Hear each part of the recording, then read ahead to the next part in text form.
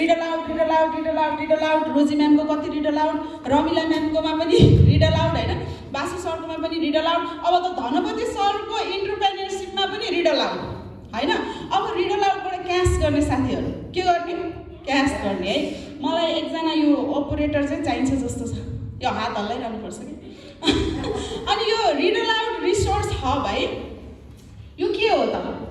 यो चाहिँ तपाईँको सानो मैले पोइन्टहरू पनि ल्याएको छु, नेपालीमा गर्दैछु, अलिकति नेपाली ल्याङ्ग्वेजमा चाहिँ दक्षता छैन, त्यही भएर अलिकति पावर पोइन्ट चाहिँ यहाँ पनि छ है।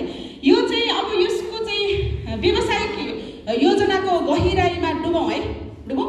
यो चाहिँ तपाईँको नेक्स्ट स्लाइड म्याम, शिक्षा यो चाहिँ तपाईँ यो पढ सुन रिसभ हेर्नुहोस् त, यसको नारा नै कस्तो राम्रो छ, कथाबाट भाषा, भाषाबाट विकास। तपाईँको भाषा नभइकन विकासै हुँदैन, विकास हुनको लागि हामीले भाषालाई चाहिँ प्रोत्साहन गर्छौँ। अब हामी सबैले सम्झने एउटा कथा है, तपाईँको हजुरआमाहरूले कथा सुनाउनु हुन्थ्यो नि, कति रमाइलो हुन्थ्यो। अहिले त न्युक्लियर फ्यामिलीहरू भइरहेको छ, त्यही माथि यो डिजिटल युगमा चाहिँ तपाईँको त्यो कथा सुन्ने प्रथा अझै कम भएर गएको छ।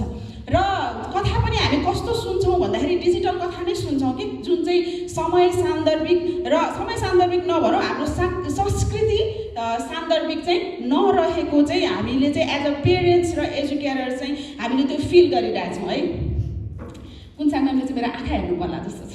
त्यही भएर शिक्षा, संस्कृति र उद्यमशीलतालाई एकै ठाउँमा जोड्ने मैले प्रयास गरेको छु यो रिड अलाउड रिसोर्स हबबाट है। अनि त्यसपछि यो एउटा पसल मात्र होइन है साथीभाइहरू, यो एउटा पसल मात्र होइन, हेर्नुहोस् त के छ। यो चाहिँ तपाईँको जस्तै यो हाम्रो अहिले प्रोग्रेसिभ स्कुल जुन चलिराखेको छ, उहाँहरूले चाहिँ रिड अलाउड सञ्चालन गरिरहनु भएको छ, तर महँगो किताब इन्टरनेसनल मार्केटबाट, अन्तर्राष्ट्रिय बजारबाट गुणस्तरीय किताबको लागि चाहिँ उहाँहरूले चाहिँ आयात गरेर रिड अलाउड चलाइरहनु भएको छ, जुन चाहिँ संस्कृतिसँग चाहिँ हाम्रो चाहिँ कुनै पनि हिसाबमा चाहिँ सम्पर्क छैन। फर इक्जाम्पल तपाईँको बच्चाले स्नोफल पढिरहेछ डिसेम्बरमा, जुन चाहिँ कनेक्ट हुन पाइरहेको छैन, कनेक्ट नभइसके पछाडि भाषा त सिक्यो तर त्यसलाई कहाँ कनेक्सनमा ल्याउने, विकास गर्न कहाँ जाने, बच्चाले परिकल्पना कहाँको गर्ने र त्यो परिकल्पनालाई सार्थकता उसले आफ्नो परिवेशमा कसरी ल्याउने, यी कुराहरूलाई चाहिँ समग्रमा हाम्रो यो रिड अलाउड रिसोर्स हबले चाहिँ तपाईँको चाहिँ समायोजन गरेर चाहिँ एउटा नयाँ एन्टरप्रेन्योरसिप, एउटा नयाँ बिजनेस ल्याएर तपाईँको अगाडि आएको छ। र म आफै पनि एउटा टिचर ट्रेनर, एउटा प्री स्कुल राइटर हुँदाखेरि जब म स्कुलमा जान्छौँ, दिस इज द खाडल gap, this is the gap है।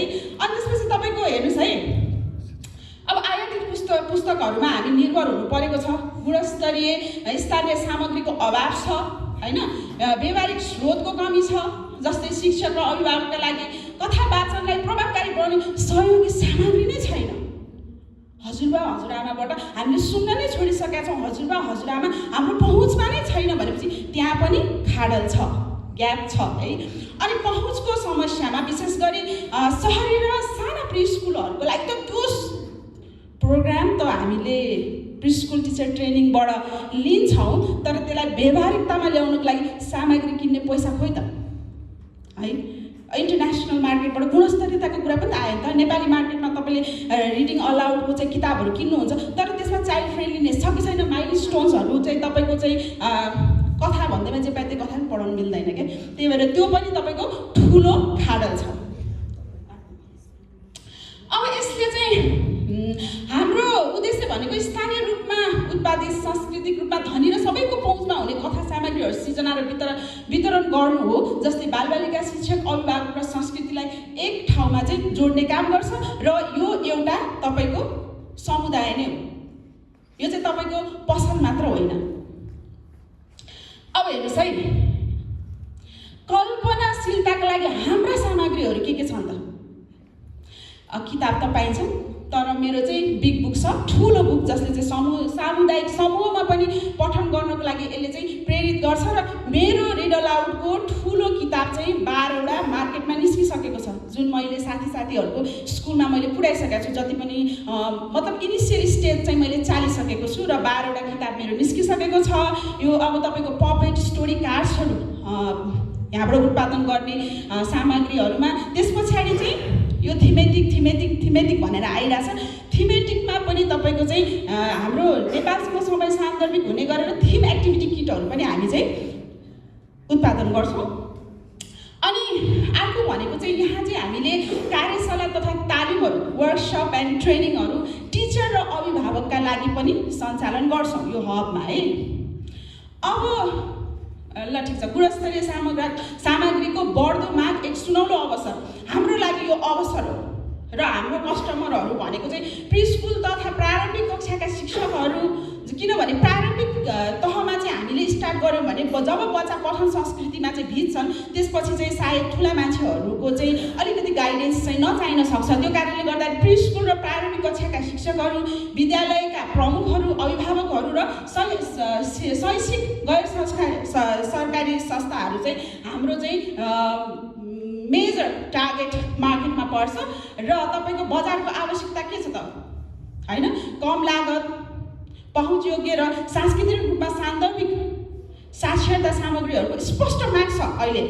किनभने यो त मेरो रिसर्चै मैले गरिरहेको छु नि त। त्यो कारणले गर्दा अब तपाईँको कन्ज्युमर ट्रेन्डमा के छ भने खेल, हामीले खेल विधिबाट पढाइरहेछौँ होइन त। अहिले खेल विधि भनिन्छ। प्रि स्कुलमा चाहिँ तपाईँको हामीले ट्रेनिङ लिएर आउँछौँ, तर त्यो खेल विधिको सामग्री टिचरले या तपाईँको पेरेन्ट्सले या तपाईँको प्रि स्कुल र तपाईँको प्राइमेरी स्कुल्सको चाहिँ जति पनि टिचर्सहरू छ उहाँले पाउनु भयो भने कति सहज हुन्छ।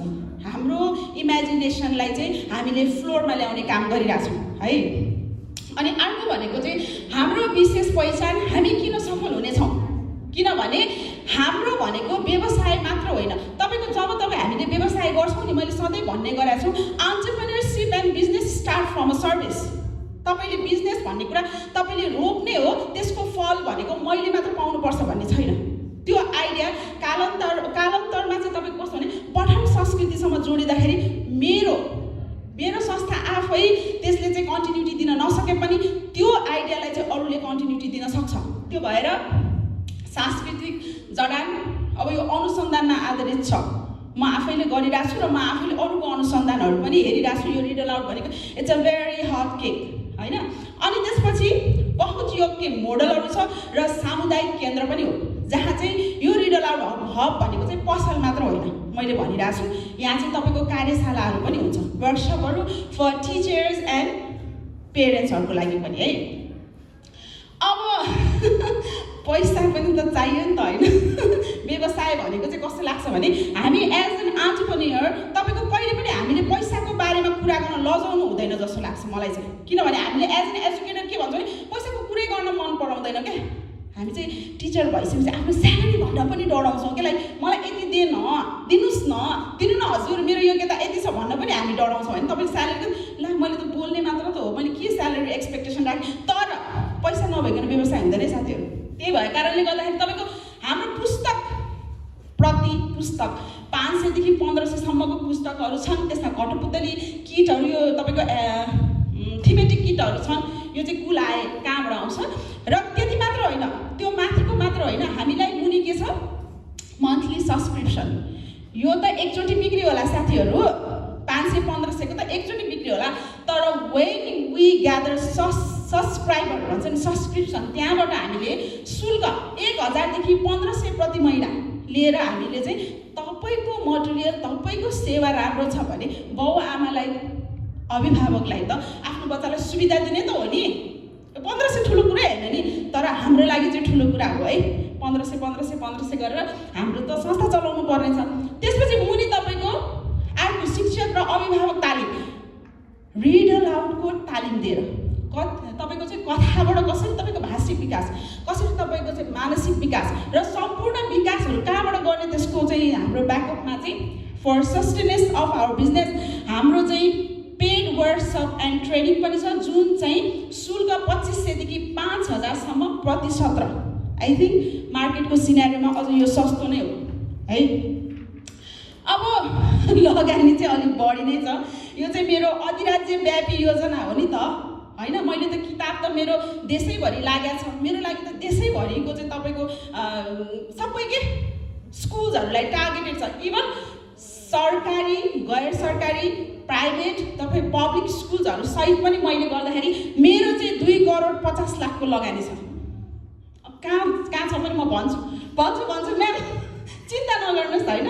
अनि यसमा चाहिँ तपाईँको मेरो वार्षिक अहिलेको लागि फर्स्ट इयर होइन, फर्स्ट इयरमा चाहिँ मैले 75 लाख कमाउने योजना बनाएको छु। तपाईँले जति इमेजिनेसन गर्नुहुन्छ नि त्यति चाहिँ तपाईँले पाउनुहुन्छ। त्यो कारणले गर्दा 75 लाखको मैले इमेजिनेसन गरेको छु। 3 वर्षभित्रमा चाहिँ ब्रेक इभनमा पुग्ने चाहिँ मैले टार्गेट राखेको छु है। अनि यसमा चाहिँ तपाईँको पहिलो 1 महिनादेखि 3 महिनासम्म चाहिँ मैले के गर्छु त, कथा पुस्तक र शोध साधनहरूलाई अन्तिम रूप दिने स्थानीय चित्रकार लेखकहरूसँग सम्झौता गर्ने काम गर्छु। 4 देखि 5 महिनासम्म भौतिक स्टोर स्थापना गर्छु। त्यही कारणले गर्दा मलाई 2,50,00,000 चाहिएको हो, किनभने त्यो हब हो, त्यो पसल होइन। म फेरि पनि भनिरहेको छु होइन। अनलाइन बिक्रीको लागि वेबसाइट डिजाइन गर्छु होइन। त्यस पछाडि तपाईँको अर्को भनेको प्रारम्भिक सामग्री र वेबसाइटको शुभारम्भ, पहिलो मार्केटिङ अभियान। अनि त्यसपछि 7 देखि 12 महिनासम्ममा म पहिलो शिक्षक वर्कसप चाहिँ गरिसक्छु, फ्लोरमा मैले इन्ट्रोड्युस गरिसक्छु, वाट एभर फिडब्याक कम्स। अनि 12 महिनाभित्र चाहिँ उत्पादनको दायरा विस्तार गर्ने, सब्सक्रिप्सन बक्सहरू सुरु गर्ने काम गर्छु है। अब यो तपाईँको मेरो चाहिँ यो 1 वर्षको चाहिँ जुन चाहिँ मेरो फर्स्ट इयरको लगानीको चाहिँ 1,25,00,000 छ। अब त्यो मेरो टाइमै गइसक्यो है म्याम, म छिटछिट गर्छु। 1,25,00,000 छ। अब आफ्नो स्लाइड लाउनुहोस् त, त्यो सरहरूले लमसममा हेर्नुहुन्छ। अनि यसमा चाहिँ यो मेरो 1 वर्षको छ। यसमा अब मुनि गर्नुहोस् त म्याम। यसमा तपाईँले हेर्नुपर्ने के हो भने तपाईँको यो 3 इयर्समा चाहिँ एक्सपेक्टेड, अब तपाईँहरूले सोध्न सक्नुहुन्छ क्या के भन्छ, 3 कति करोडको 2.5 करोडको लगानी छ होइन। अब तपाईँको फर्स्टमा त तपाईँको 1,25,00,000 मात्र आएको छ भनेपछि त्यहाँ नाफा खोइ त। हाम्रो भनेको चाहिँ यो चाहिँ सर्ट टर्म बिजनेस होइन। तपाईँको एजुकेसनल बिजनेस भनेको सर्ट टर्म बिजनेस हुँदैन, यो लङ टर्म बिजनेस हो। त्यो कारणले